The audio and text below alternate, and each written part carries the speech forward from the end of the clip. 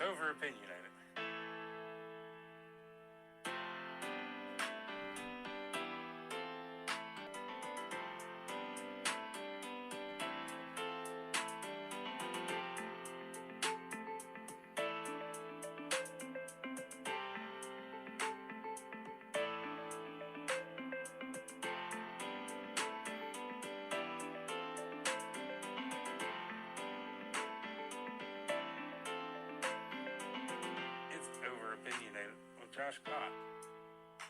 Welcome back, everyone, to a new episode of Over Opinionated. I'm so excited. Last week we had just a spiritual special and a biblical talk about how to deal with depression biblically. And this week we are shifting back to politics. But before we do, I want to read our podcast verse of the day. Our podcast verse of the day comes from Proverbs, the first chapter and the 7th verse in the NIV. The fear of the Lord is the beginning of knowledge, but fools despise wisdom and instruction. So the beginning of all knowledge is the fear of the Lord. That's a good thing. Well, this episode is going to be about an update about the 2024 presidential election as we get closer and closer, but we are still a little bit a ways. So Blaze TV and Tucker Carlson, famous conservative populist talk host who was recently fired from Fox News and has started his own show on Twitter, paired with Glenn Beck's media outlet Blaze TV, and interviewed a host of potential Republican nominees, with a notable absence of the front-runner, former President Donald Trump. And these interviews were extremely interesting. I encourage you to go back and listen to all of them as I have. I'm not going to play a clip from everyone that had an interview, but I am going to play a few clips that stuck out. And one of the first clips I want to play you is from former Vice President Mike Pence, who served under Donald Trump. And Tucker Carlson is known for being an anti-Ukraine hawk. And he may not hate Ukraine, but he doesn't want America to be super involved in Ukraine. He thinks we're doing too much. He believes that our resources should be spent here, and he may have a point, but he attacks everyone on here about Ukraine. And this is my position about Ukraine. I hate the war. I want it to be over. But I think America needs to fund Ukraine because that helps liberal democracies such as Ukraine. And Ukraine is not at all a perfect country such as we are. They have problems, absolutely. With that being said, Russia is pure evil. They're way worse than Ukraine could ever be on their worst day. And they are an enemy of the United States. And we are embarrassing Russia because of all the supplies and money and aid we are giving to Ukraine. They are able to stop the Russian military, which is a good thing. With that being said, I wish that President Biden wouldn't just say we're going to give infinitely and would force President Vladimir Zelensky of Ukraine to a table with Vladimir Putin and say we're going to settle this. And Ukraine, if you say we're not going to compromise, well then guess what? We're going to pull out. We're going to give you less, and you deal with the Russians yourself. And you may say, well, that's bad. Ukraine should get all their country back.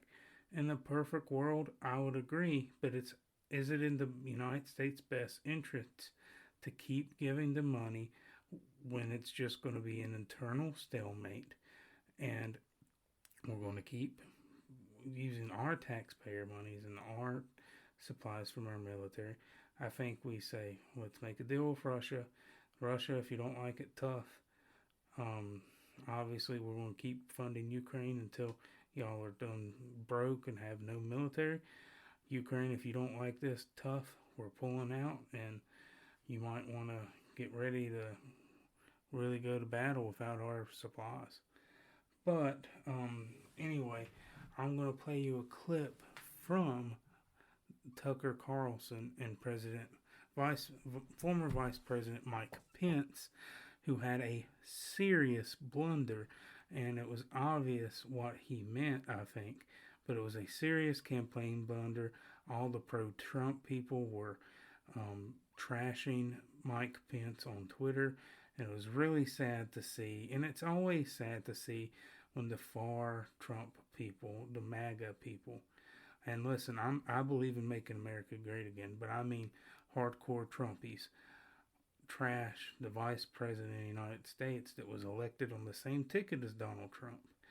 And it's always sad for me to see that, because I think Mike Pence is a good, godly man, and he's probably the best man in this race as far as individuals go. But does that mean he's got the best shot at beating Donald Trump and Joe Biden? Probably not. But as far as a good person goes, I go with Mike Pence. Anyway, I'm going to play you this clip. Because we've sent our ammunition to Ukraine, which has not yet won the war, whatever that means, no one has defined it. But isn't that prima facie evidence that we have become weaker militarily by our support from Ukraine, or how am I missing something? Well, we're out of ammunition, so we're sending cluster bombs. Well, first off, since Joe Biden took office, to cut military spending, and frankly, the recent debt ceiling deal that was done, if they don't pass all their 13 appropriations bills, will result in a 1% cut in our military spending after inflation in 2025. Look, China is floating a new battleship every month in the Pacific. We don't need to rebuild our military. We need to build a military strong enough to meet the challenges America will face in the 21st century. And as President of the United States, I'll do that. Amen. I promise you. Last question on Ukraine, though. The Pentagon says that because of the munitions and the material we have sent to Ukraine, we're very low in our stockpiles. Is that a concern to you? Yeah. On the 155 artillery. And I have no reason to disbelieve that. Look, it's the answer, though, is not to shrink from America's role as leader of the free world. The answer is to invest in our national defense. I really do believe that. Look, remember, in a year and a half, and again, we have a strong disagreement on Well, I'm not sure we do. That's okay. Well, that'd be great if we didn't. But let me say to you, we've made real progress there. Look, a year and a half ago, Russia had the second most powerful military in the world. Today, they have the second most powerful military in Ukraine. All right? That's progress. That's progress. And that's a result of what the United States and our allies have invested. But let me say one thing about Joe. Can I say one thing about Joe Biden on this? Okay. And I've been critical of him.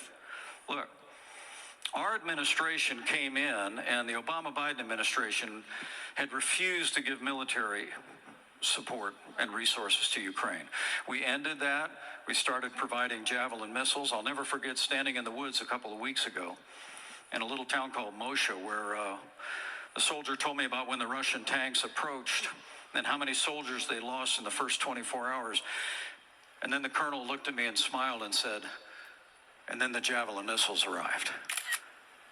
And I said, we sent you those Javelin missiles. And he said, yes, sir, you did.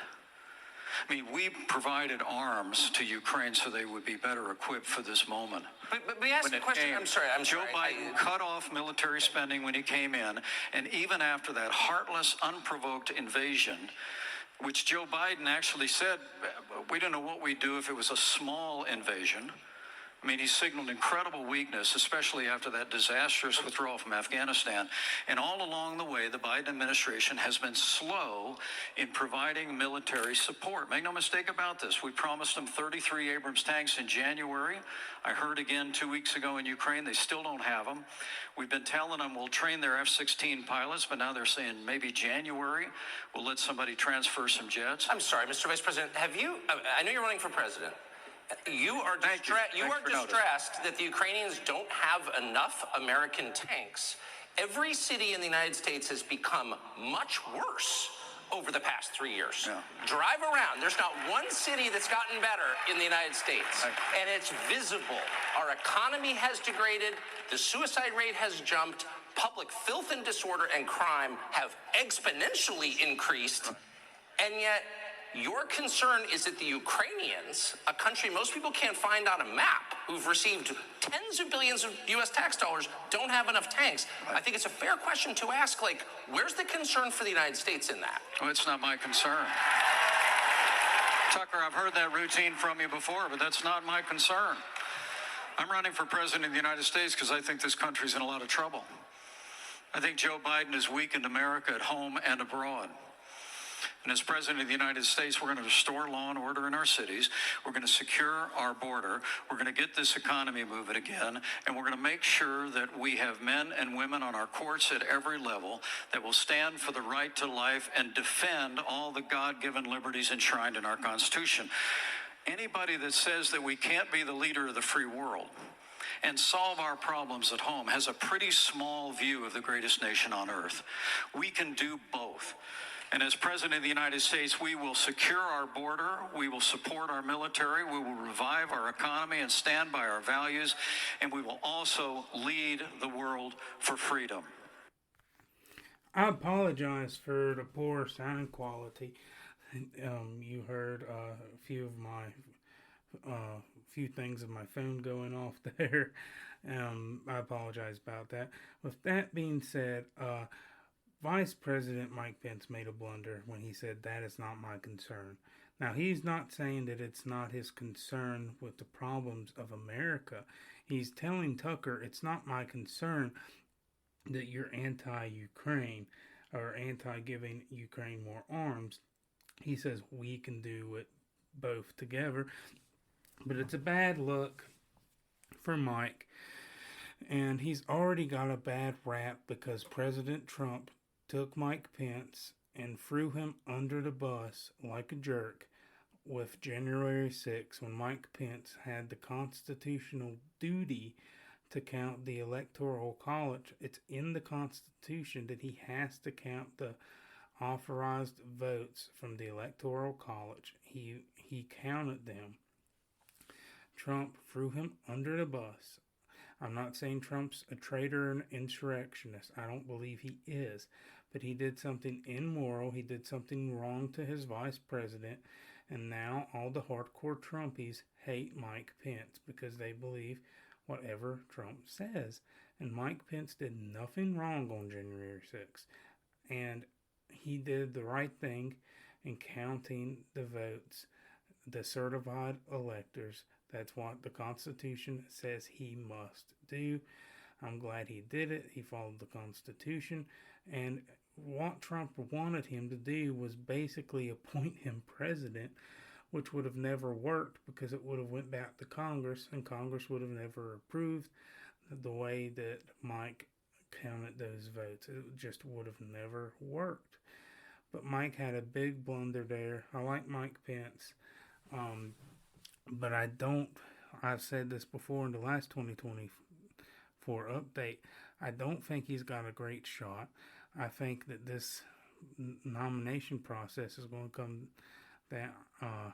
down to Trump and DeSantis, and Tim Scott might also wiggle his way in there a little bit. But I'll be honest with you, this primary, it's not over. But if you're a DeSantis voter, if you're a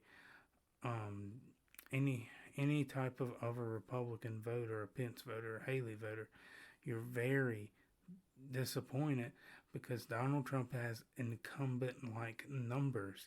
And that's because a lot of people in the Republican Party still feel like he is the incumbent president, even if they think he legitimately lost the election. All right, I'm going to play you a few more clips from Tucker's interviews. Here's a clip from Ron DeSantis' interview.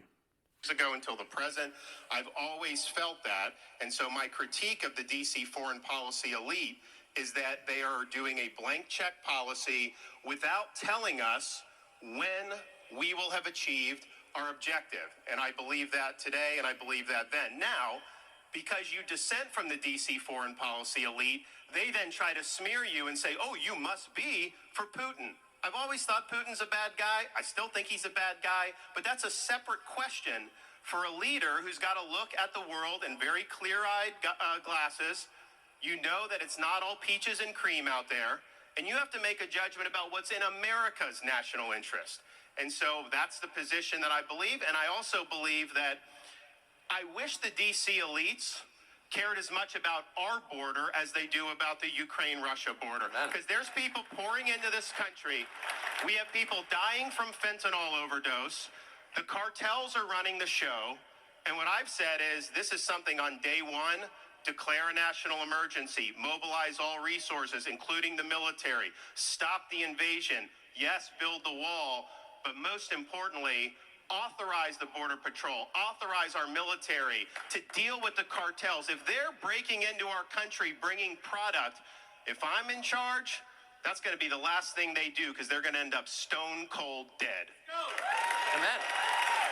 So what, we just go back. You had a great critique. So what is the goal, do you think, in Ukraine?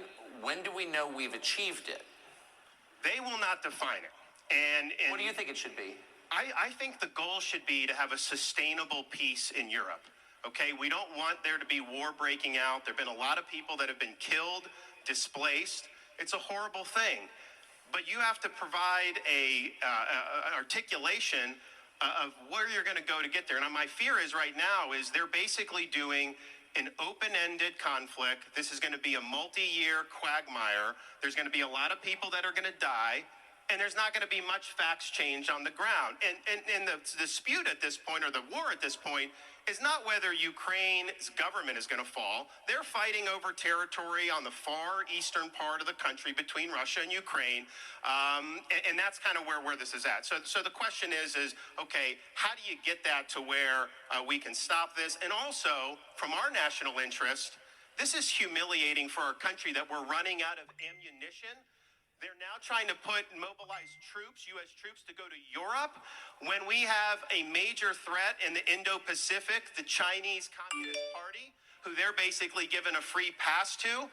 As president, I would prioritize the threats to our national security. The top threat to this country is China. It's China's ambitions, it's China's industrial capacity, it's the CCP's ability to pollute our culture, impact our universities. Incidentally, in Florida, we got rid of the Confucius Institutes that they put in universities. We cracked down on them being able to do research dollars to our universities, and we banned any purchase of land by the CCP in the state of Florida. So given that the thing, though, you have to do what's based on our interests. You can't subcontract out our interests to a foreign leader. You can't want it to go on because it'll be good for defense contractors or, globalist investors. It's all about what's in our interest. And I think we're basically in a situation with our foreign policy. We're providing a blanket security to Europe. They're not paying their fair share, and we're not doing what we need to do to project power in the Pacific. At the end of the That is a clip from Ron DeSantis. I just want to show you that clip of how he handled the Ukraine question versus Mike Pence. Ron did so much better than Mike Pence did. And I also want to ask all my hardcore Trumpies, who do you want more? Take off the glasses for a little bit. Who sounds better? Just who sounds better? Donald Trump or Ron DeSantis? Who handles himself better in the media? Ron DeSantis or Donald Trump? Who's more efficient at communicating It's not me, because I'm just stumbling over my words. But who's more sufficient at communicating, Ron DeSantis or Donald Trump? And who's better at taking on the media? And Ron might not call everyone fake news, but he will fight them back. And every time Ron gets a little bit of headway, there just seems like there's one more investigation that opens up from the DOJ or from the state of New York, and just one more thing and one more thing. Why? Because the Democratic Party is playing you. And it's wrong. They're using the DOJ to do it, but this is like a fishing trip. When you put the worm on the bait and you cast it out, and there's two fish. One fish says, look, free food. The other fish says, don't do it. The Democrats are fishing. They're using that worm, and Republicans are running up and biting it hook, line, and sinker. And I'll read you a little bit of an article later about Trump getting in more trouble with the DOJ. Okay, guys, Republicans, don't fall for this. Okay, can Trump be charged wrongfully, and could all of this be wrong and conspiracy against him? Yeah, I get it. To a certain degree, it is. With that being said, they're doing it so that you will rally behind him. He will win the nomination, and then you will lose. Okay? This is my question. Can the Republican Party not do any better than Donald Trump? Because I know we can. There are candidates that are better than Donald Trump and would be a better president than Donald Trump that are running for office right now.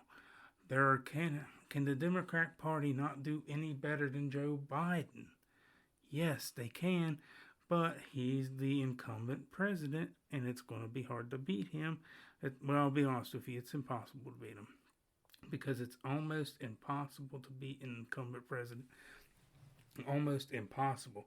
And I know a lot of people like Ted Kennedy, like RFK Jr., but RFK Jr., not Ted Kennedy, I apologize, but RFK Jr. had 20% at one time, and now it's went down to about 14 to 15% of what I've seen so far in the polls, because he said something stupid about the COVID vaccine and how it affects different races. With that being said, it's still sizable enough to make him to be considered a serious political candidate. With that being said, RFK Jr., if he wanted to do well, if he wanted to actually have a better shot at the White House, he'd run as an independent, okay, not a Democrat, because he's never going to win the Democrat nomination with an incumbent Democrat, okay? And we can say that's wrong from the parties, but that's how it is. It's almost impossible to win a nomination when there's a sitting president. It's almost impossible to beat him, because that sitting president has so many connections, and he has so much publicity as the incumbent, and having an incumbent advantage, especially when you're running against him in your own party, and they're going to see you as kind of a traitor, and they're going to say you're crazy. And Marianne Williamson was polling about 8 to 5%. But listen, can the Democrats not do better than Joe Biden, and the Republicans not do better than Donald Trump? It would be much more interesting to see a Ron DeSantis and a Gavin Newsom election. 2 governors, 2 big states. That would be a lot more interesting to me. And as much as I dislike Gavin Newsom, at least he didn't get off the ark. And listen, I've talked about this before. I believe there are some old people that are older than Joe Biden that would be good presidents. But Joe Biden is in rough shape. He can't remember the words he is saying. And he stumbles over himself, but he doesn't only stumble over himself. I stumble over myself, as many people that listen to this podcast know. I'm not the best guy at speaking. I'm not the most articulate speaker, but I know what I'm saying. Joe Biden forgets what he's saying, not every once in a while, all the time, and then they have to come in there and clean up his messes. Okay, anyway, I'm going to keep going. I got one more clip from you to listen to with a Tucker Carlson interview, interviewing former Arkansas Governor Asa Hutchinson. Trans surgery bill in April. So I wanted to talk to you about your veto of the anti-puberty blocker trans surgery bill in April of 2021. At the time, you said that the bill was extreme and that it would interfere with the treatment of minors seeking to transition from male to female or female to male. Given, and I'm not attacking you for it, but I am asking if in the subsequent 2 years you've had rethinking of that. Have you reassessed your view on it since then?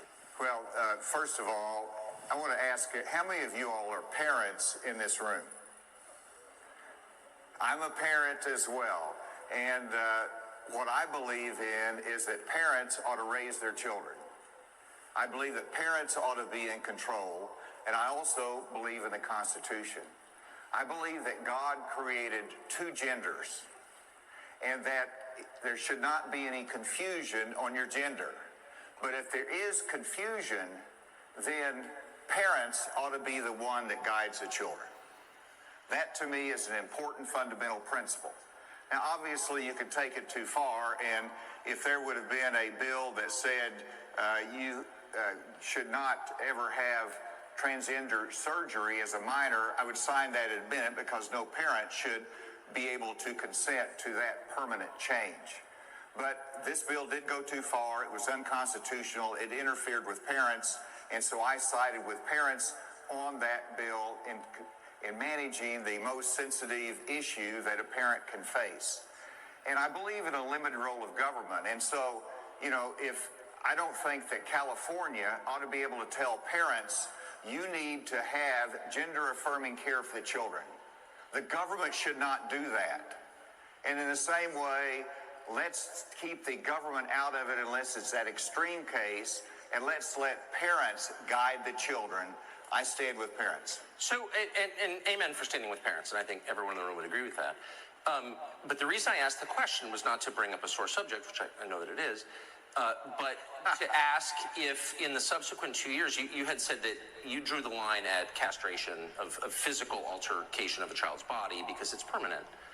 But in the subsequent 2 years, I think we've learned that hormone therapy for prepubescent children is permanent. It changes the bone structure, it changes the brain of the child. A lot of people believe, including me, that it destroys the child's life, but it is permanent.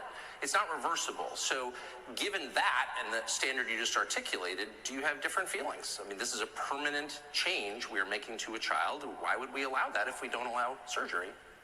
Well, permanent change is one issue, but also hormonal treatment is a different issue and can be a different issue.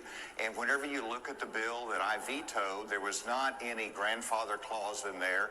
Again, I respect legislators that have a different view, but I think independently, I think of the parents, I think of the Constitution, and actually the court, if you read the decision of the federal judge that struck it down as unconstitutional, really sided with parents as well. But how is it treatment? I guess that's my question. If you have a child who says, was born a boy, I want to become a girl. He hasn't gone through puberty yet.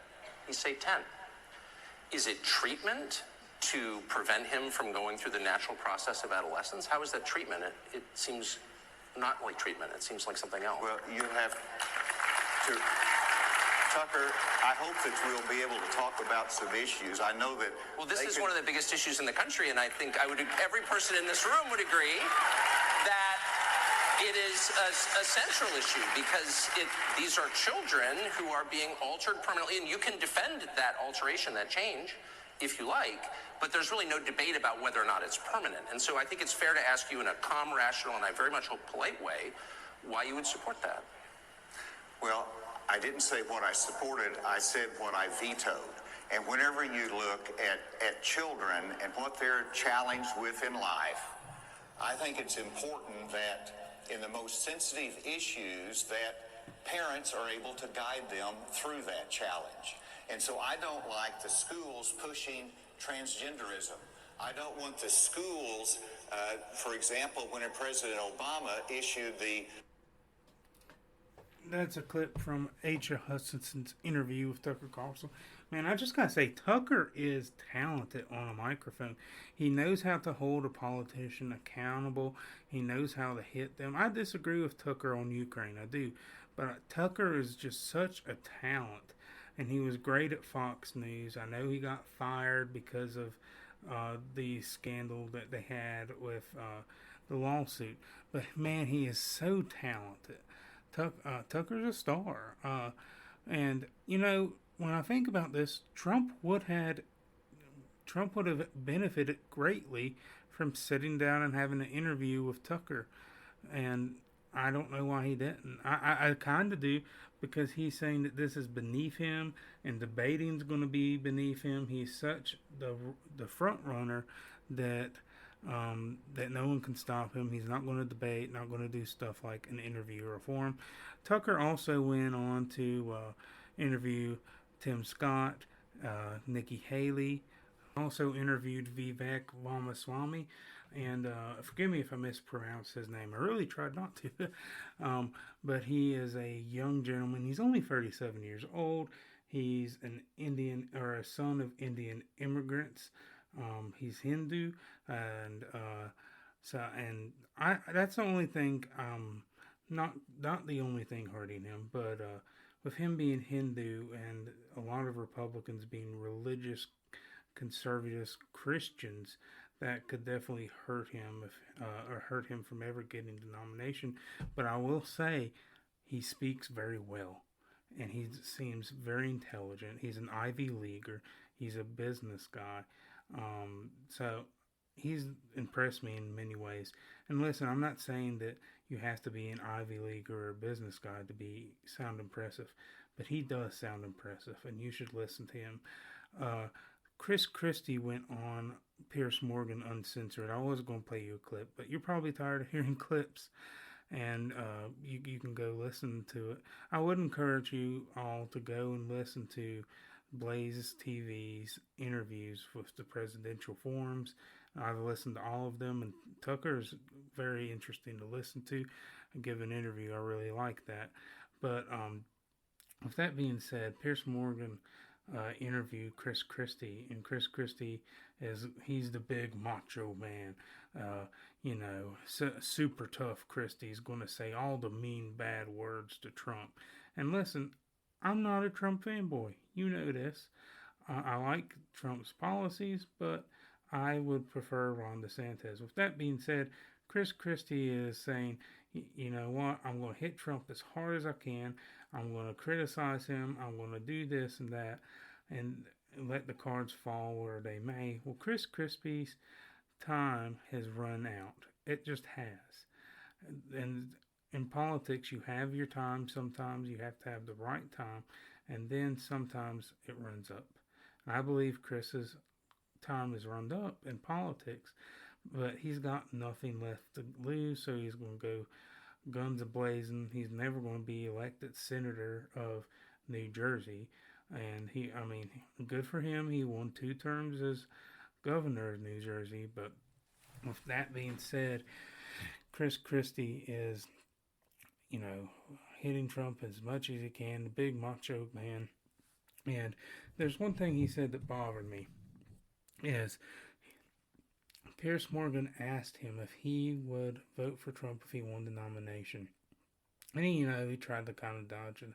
He didn't dodge the question, but he said no. And he just straight out said no. And then he tried to kind of justify, and Piers Morgan said, well, that means that Joe Biden could be president in the UK if he's like, well, this is the dodgy part. Then he's like, well, I'll go on a beach. I'll go on vacation. And he said, well, what if Trump loses by 1 vote? Then he brought up the Electoral College in New Jersey being a blue state. Listen, I have a problem with you saying that you're not going to vote for the Republican nominee unless they're a Nazi. Okay? 99.999% of the time, you should have some party loyalty. If it's an establishment candidate that beats the more conservative candidate, guess what? I'm going to go to the polls and I'm going to vote for a Republican, because I'm a Republican and I believe in Republican values. Also, I think Democrats are bad at managing the world and bad at managing the government, okay? I think Republican leadership is the best to have in all levels of government. So, as much as I don't like Trump in some instances I like him, but as much as Trump drives me crazy about things, if he wins the nomination, I'm running to the polling place and I'm voting for him because anything is better than Joe Biden. I mean that anything's better than Joe Biden as president when it comes to a Republican, and and even if it's Nikki Haley, I can't stand Nikki Haley for a lot of the things she's done and for the flip flopping on the Confederate battle flag. When she said it's up to South Carolina. Then she said, this is something that a lot of South Carolinians think is about their heritage. It's not about hate. And then flip flopping in a moment of crisis. Okay, it bothers me, and it bothers a lot of Southerners like me. And it's not the fact that she was just totally against it from the beginning. But if she won the nomination, I'm running to the polls to vote for her. Okay, because she's better than Joe Biden, and we gotta get Joe Biden out of the White House. And what scares me is this. I'm going to read you part of an article that scares me about the 2024 election. This is an article from CBS News. What is a target letter? Want to know about the document Trump received from the DOJ Special Counsel Jack Smith. Former President Donald Trump said Tuesday he received a letter Sunday informing him that he is a target of the Department of Justice Special Counsel Jack Smith's investigation into efforts to interfere with the peaceful transfer of power following the 2020 election. A target letter is an official correspondence that prosecutors send to people under investigation. CBS News legal competitor Lloyd Law School Professor Jessica Levin explained it alerts the recipients that they are under investigation, that the investigation is near its final stage. And as usual, this target letter apparently did to say to the person, you can come and testify to the grand jury, Larson said. Trump received 2 such letters in the past, Larson said. One is in the Manhattan District Attorney investigation into hush money payments, for which Trump was charged in April with 32 accounts of illegality, testifying business records and others was in Smith's investigation into Trump's handling of classified documents, for which he was indicted for. He both pled not guilty. And I'm going to stop right there. You can go read the rest of the article. Okay, I talked about it earlier. Every time DeSantis makes a little bit of ground, or every time it looks like there might be a little bit of shakeup in the GOP nomination, Trump gets indicted again, or Trump gets a letter from the DOJ, or this and that. And okay, I think it's obvious that Democrats want Trump to be the Republican nominee. And don't fall for it, Republicans. A lot of you are. A lot of you saying, this is unfair, this is unjust. Well, it is, but it doesn't matter. They're trying to bait and switch you because they think Trump is the most beatable Republican versus Joe Biden. Joe Biden is a dead fish. And the only thing that dead fish can beat is Donald Trump. People will say all the time, how in the world could Joe Biden get 81 million votes in the presidential election? And my response is, he didn't. You're not looking at it clearly. People didn't go to the polls to vote for Joe Biden. The vast majority of people did not go to the polls to vote for Joe Biden. They went and voted against Donald Trump. Those votes weren't for someone, they were against someone. And what I want the Republicans to realize is that we want someone to be voting for us, not against us. And what we need to do is we need to turn this election into a referendum against Joe Biden and not a referendum against Donald Trump. And that's where our problems is hitting. That's what we have to do. It's who is this election going to be about? Is this election going to be about Joe Biden being a crappy president? Or is this election going to be about Donald Trump being a crappy person? Okay? Like I've said before, we've got to decide. We have to be smart about this. I'm not giving up hope that we can beat Donald Trump, okay, and win the election. And listen, the reason I want to beat Donald Trump isn't because I hate him. Because as president, I supported him. I voted for him. I made 30,000 phone calls for the man. And if he wins the nomination, I will do it again. But my problem is I'm not loyal to Donald Trump. I'm loyal to conservative ideologies, and I want to win. Well, let's keep going on today. Going to what we should be focusing on, which is the Biden White House.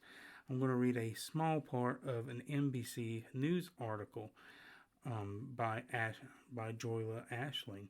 The Secret Service on Thursday announced it had closed its investigation into who left a small bag of cocaine in the White House without finding the culprit, and a spokesman of the agency told NBC News it did so without conducting interviews. The agency, along with the FBI, tested the bag to determine it was cocaine and looked for any fingerprints or DNA evidence, but the test yielded unstable forecast evidence. Video footage of the area where the baggie was found also proved no evidence to narrow the possibilities beyond the list of 500 staff members and visitors who passed through during that weekend. I'm going to stop there.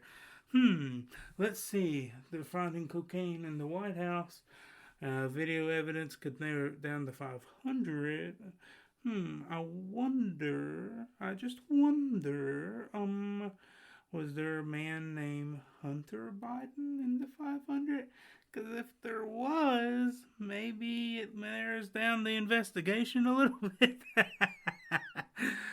Okay, you're telling me that one of the most guarded places in the world, probably the most guarded place in the world with the highest security, can't find who had a bag of illegal drugs in the White House? The same type of thing that would put me and you in a jail cell?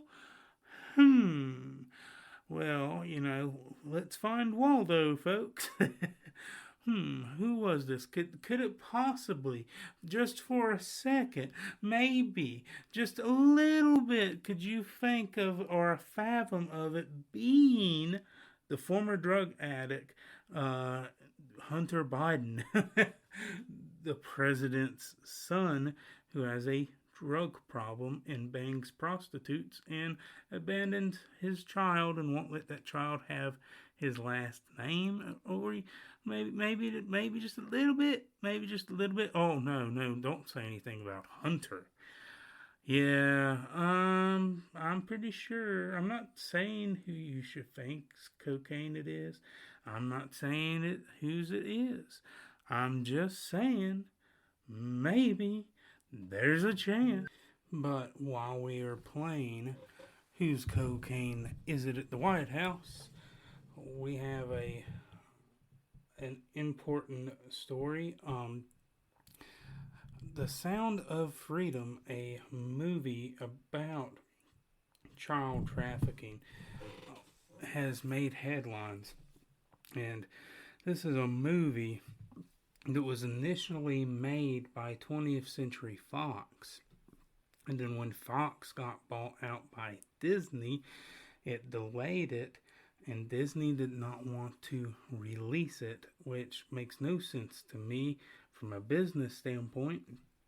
But Angel Studio, which is a Mormon studio, I know I'm not big on the Mormons, But I'm glad that they picked this movie up and distributed it. And the movie's not about Mormonism, it's about ending human trafficking and pedophilia. And so it has done very well. I'm going to read you a little article about The Sound of Freedom. This article is from Catholic News Agency. Sound of Freedom, an anti-human trafficking film made by Catholic filmmakers and a Catholic actor, Jim Cavell, continues to top the box office. The current film sits behind the new Mission Impossible at number 2 spot on the box office charts, beating out other exclamation summer hits, according to Box Office Mojo.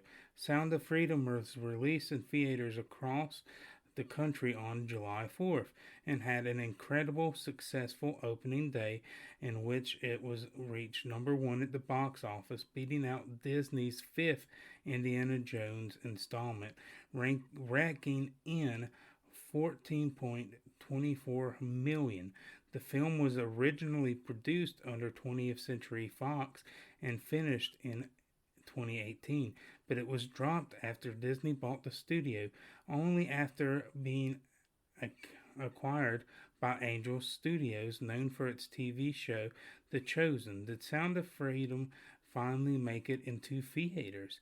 In over 1 week, the film increased its weekly gross from $20 million to $27 million, totaling a revenue of $85.5 million since its opening.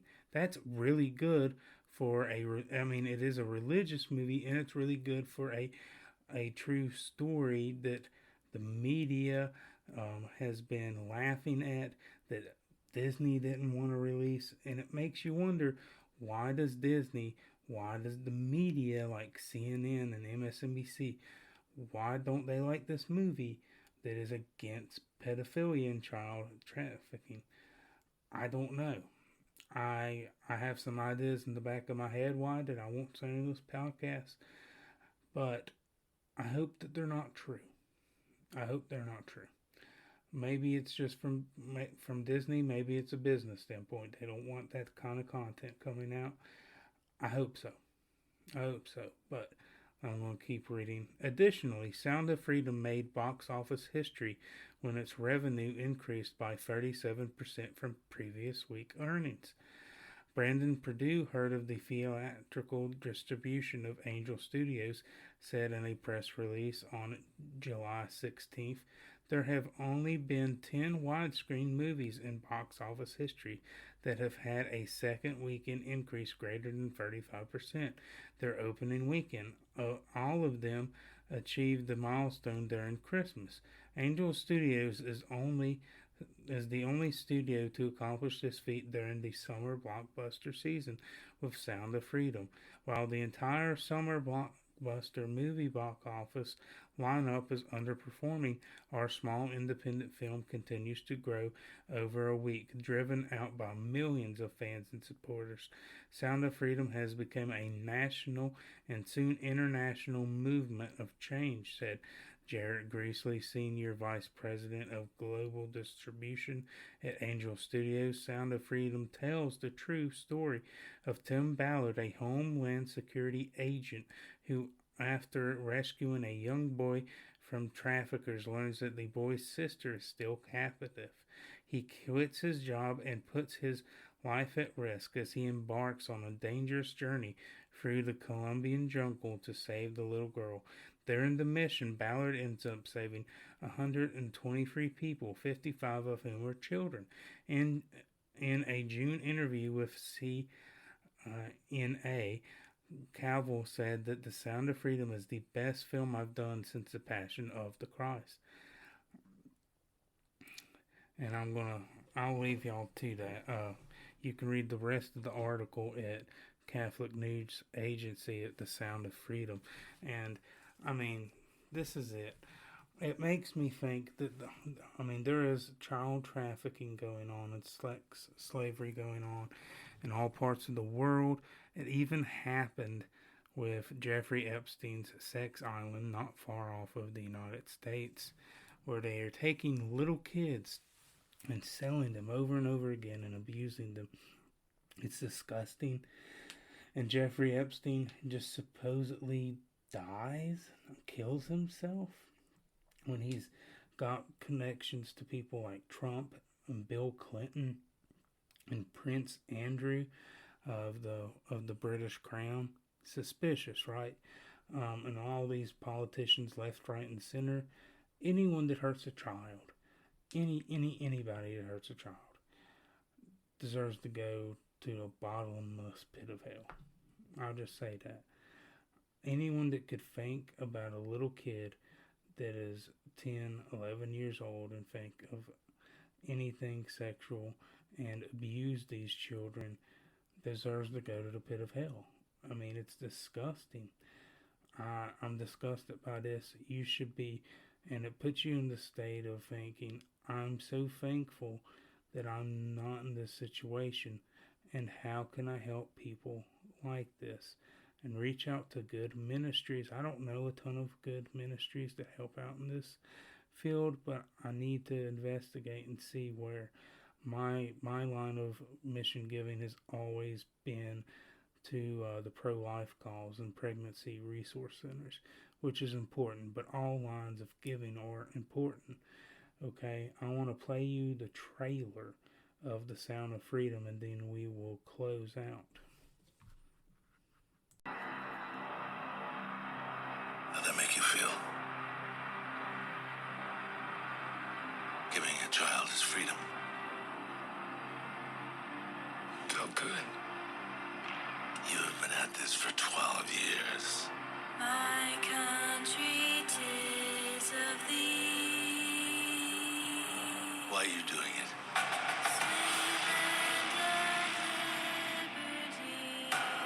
Because God's children are not for sale. It is the fastest growing international crime network that the world has ever seen. For Homeland Security, you know we can't go off rescuing Honduran kids in Colombia. This job tears you to pieces. And this is my one chance to put those pieces back together. And yet somehow you have failed to bring me one real-world lead. It's over, Tim. Close up and come back home. So you quit your job and you go and rescue those kids.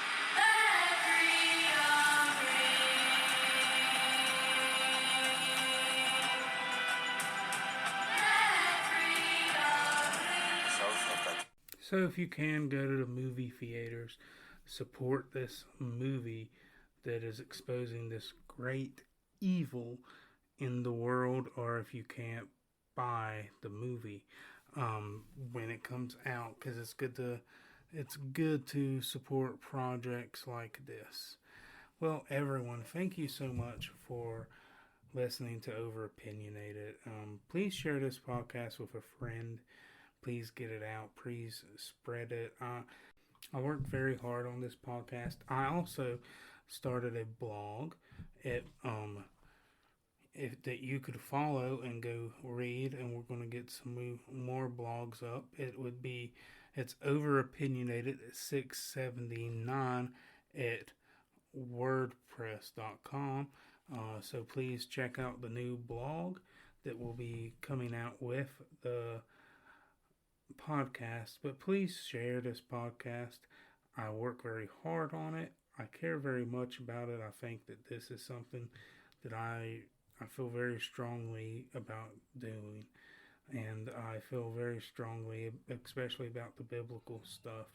And I'm hoping to grow it. I'm hoping that it comes out.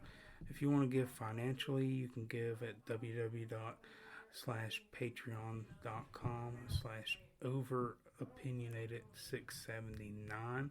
Be www.patreon.com/overopinionated679. The O in over is capitalized. Thank you so much. God bless you. And Christ is King.